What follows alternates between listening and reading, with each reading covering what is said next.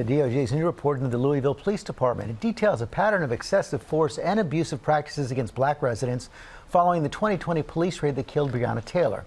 Senior national correspondent Steve Osunsami has the details. Good morning, Steve.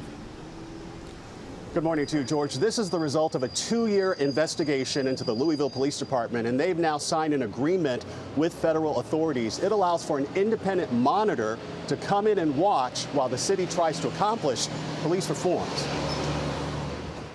This conduct is unacceptable. The results this morning from the U.S. Justice Department aren't flattering at all to Louisville police. The report concludes that the unit's activities were part of an overall enforcement approach that resulted in significant and unlawful racial disparities. Federal authorities found that police in the city were 4 to 5 times more likely to stop black drivers than white ones for the same traffic violations, 5 times more likely to charge black people for loitering or disorderly conduct, and more likely to stop and search black Americans for the same behaviors. The U.S. Attorney General flew into Kentucky to share the bad review. Some officers have demonstrated disrespect for the people they are sworn to protect. Some have videotaped themselves throwing drinks at pedestrians from their cars, insulted people with disabilities, and called black people monkeys, animal, and boy. The federal investigation began after the death of Breonna Taylor at the hands of police in 2020.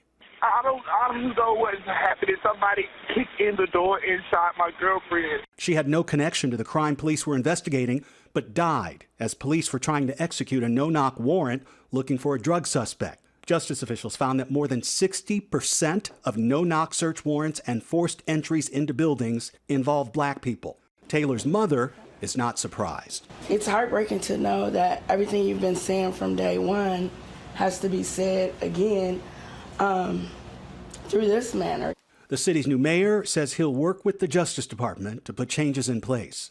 We will reform how we recruit, train, equip, support, supervise, and deploy the more than 1,000 public servants whose job it is to serve as guardians of the public safety every day and every night. Since Breonna Taylor's death, Louisville has banned those no-knock search warrants, but federal authorities also want supervisors in that police department to look at every single traffic stop and pay a lot more regular attention to those police body camera videos. George? Steve, we also have a DOJ investigation in Memphis where Tyree Nichols died at the hands of police. That's right. The DOJ investigation is taking a close look at the de-escalation practices of the Memphis Police Department.